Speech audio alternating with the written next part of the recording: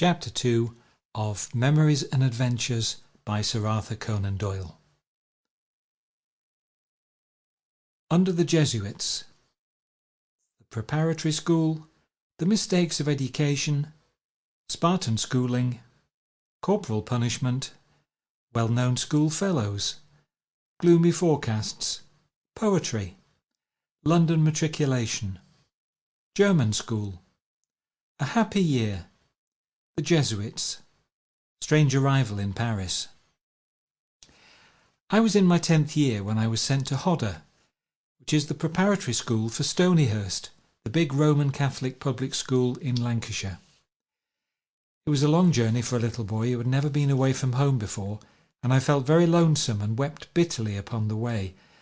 But in due time I arrived safely at Preston, which was then the nearest station, and with many other small boys and our black-robed Jesuit guardians, we drove some 12 miles to the school. Hodder is about a mile from Stonyhurst, and as all the boys there are youngsters under 12, it forms a very useful institution, breaking a lad into schoolways before he mixes with the big fellows. I had 2 years at Hodder. The year was not broken up by the frequent holidays which illuminate the present educational period. Save for 6 weeks each summer, one never left the school. On the whole, those first 2 years were happy years. I could hold my own both in brain and in strength with my comrades. I was fortunate enough to get under the care of a kindly principal, one Father Casti, who was more human than Jesuits usually are.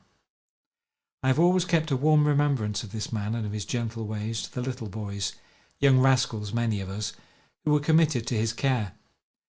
I remember the Franco-German War breaking out at this period and how it made a ripple even in our secluded backwater.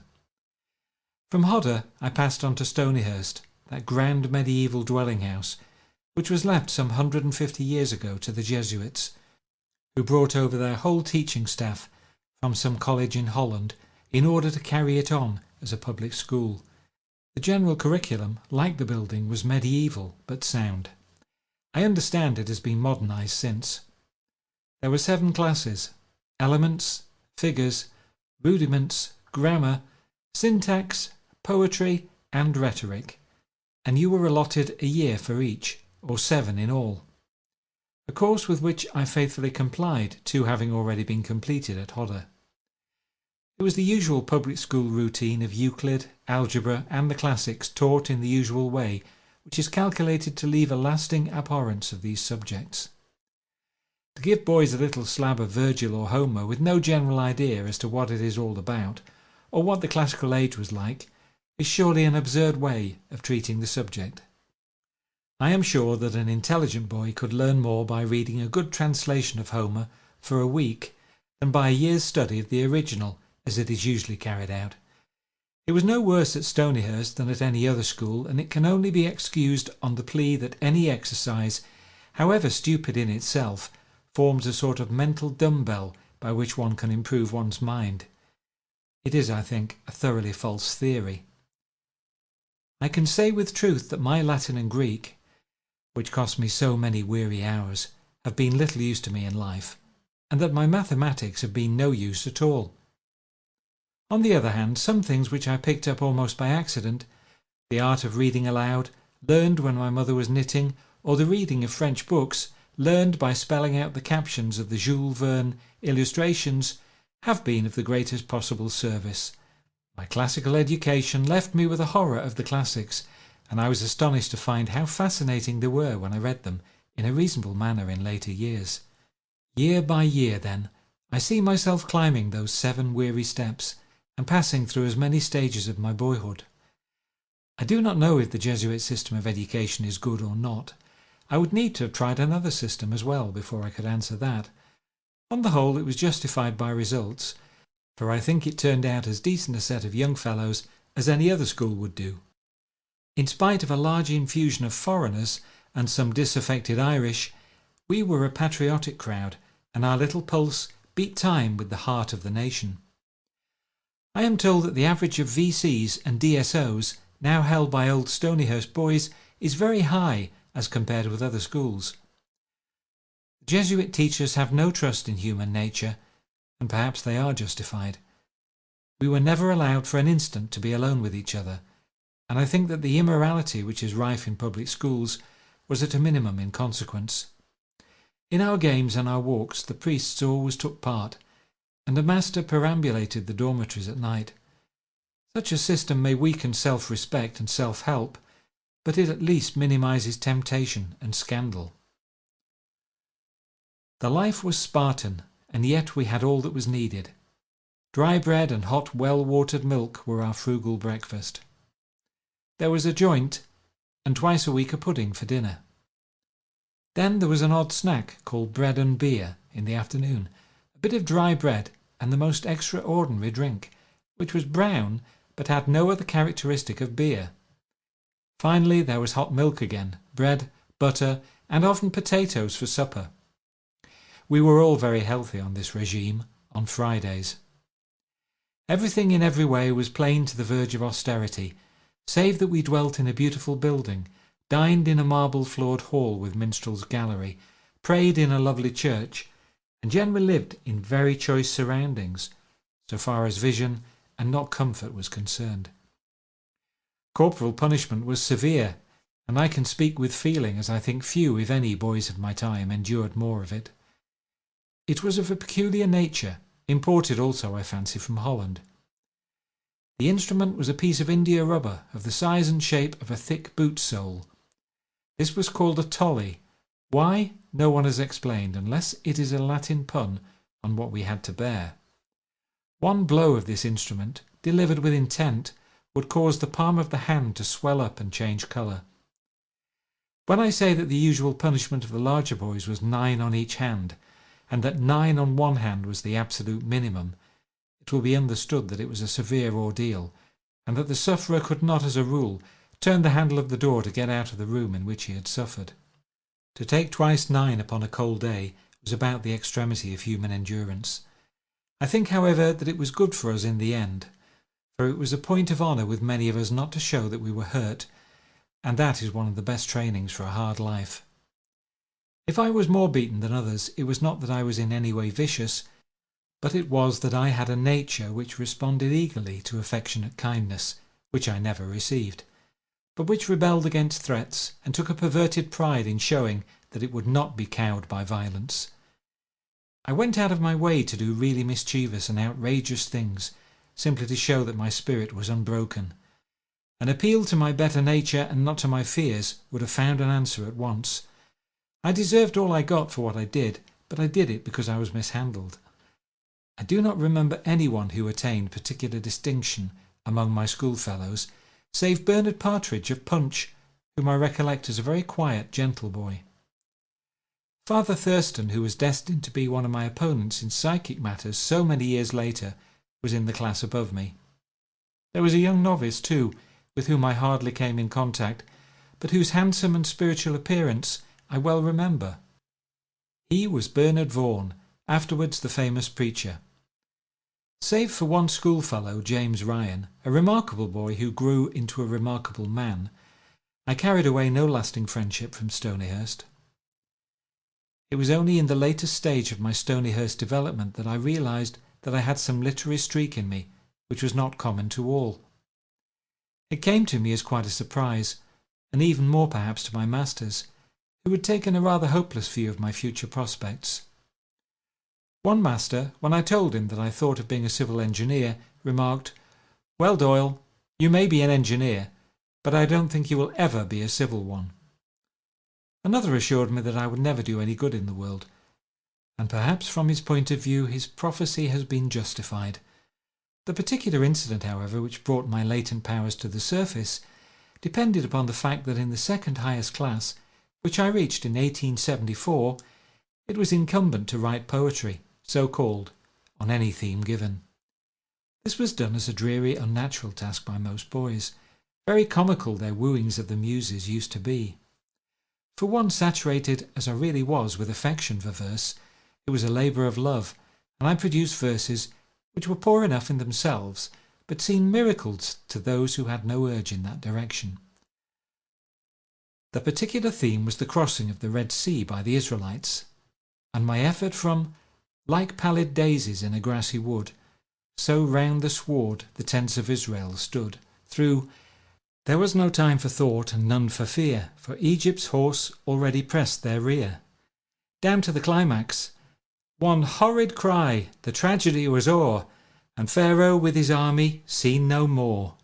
Was workmanlike, though wooden and conventional. Anyhow, it marked what Mr. Stead used to call a signpost, and I realised myself a little. In the last year I edited the college magazine and wrote a good deal of indifferent verse.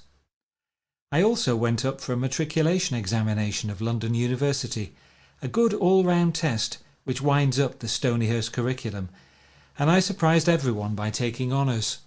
So after all I emerged from Stonyhurst at the age of 16 with more credit than seemed probable from my rather questionable record. Earlier in my career there, an offer had been made to my mother that my school fees would be remitted if I were dedicated to the church. She refused this, so both the church and I had an escape. When I think, however, of her small income and great struggle to keep up appearances and make both ends meet, it was a fine example of her independence of character, for it meant paying out some £50 a year, which might have been avoided by a word of assent. I had yet another year with the Jesuits, for it was determined that I was still too young to begin any professional studies, and that I should go to Germany and learn German. I was dispatched, therefore, to Feldkirch, which is a Jesuit school in the Vorarlberg province of Austria, to which many better-class German boys are sent. Here the conditions were much more humane, and I met with far more human kindness than at Stonyhurst, with the immediate result that I ceased to be a resentful young rebel and became a pillar of law and order. I began badly, however, for on the first night of my arrival I was kept awake by a boy snoring loudly in the dormitory. I stood it as long as I could, but at last I was driven to action. Curious wooden compasses called bet shear or bed scissors were stuck into each side of the narrow beds. One of these I plucked out, walked down the dormitory, and having spotted the offender, proceeded to poke him with my stick. He awoke and was considerably amazed to see in the dim light a large youth whom he had never seen before. I arrived after hours, assaulting him with a club. I was still engaged in stirring him up when I felt a touch on my shoulder and was confronted by the master, who ordered me back to bed. Next morning I got a lecture on free and easy English ways and taking the law into my own hands, but this start was really my worst lapse, and I did well in the future. It was a happy year on the whole.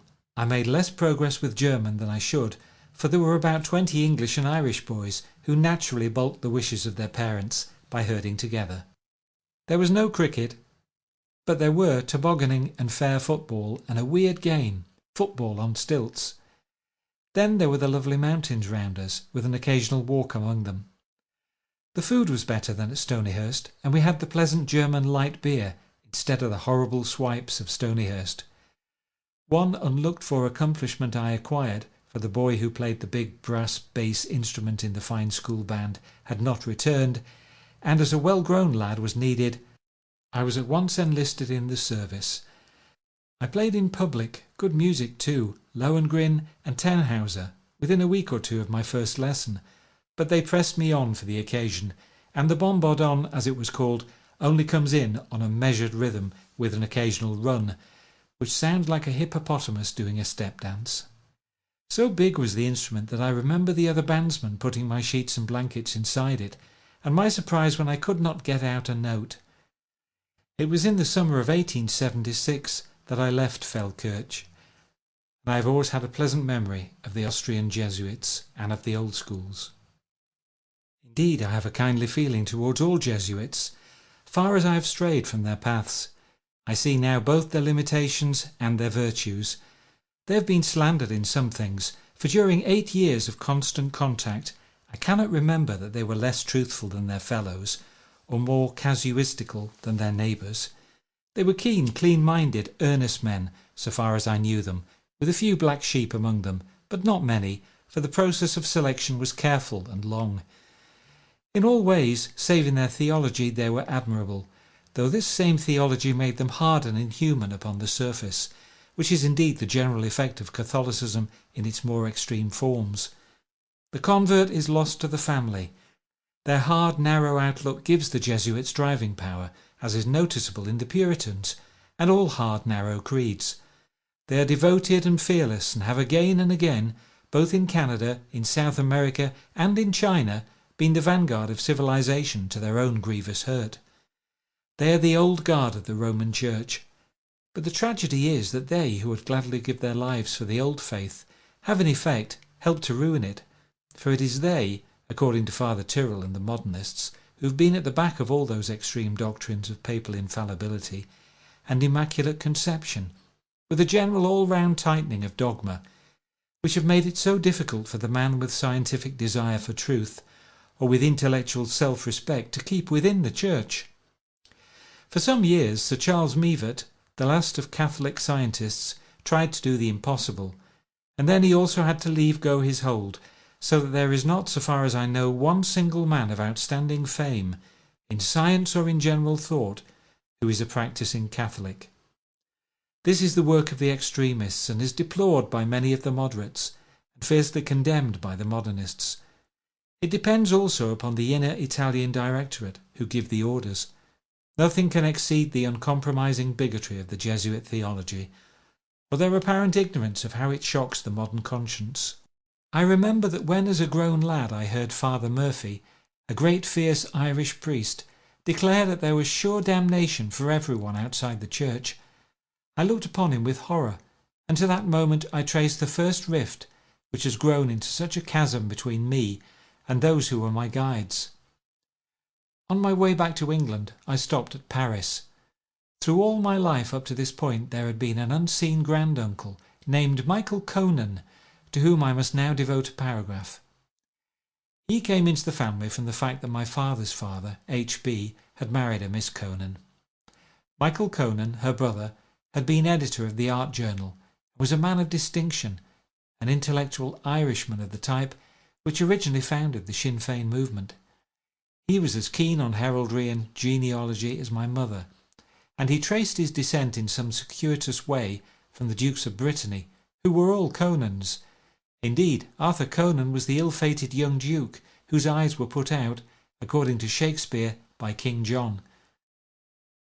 This uncle was my godfather, and hence my name, Arthur Conan.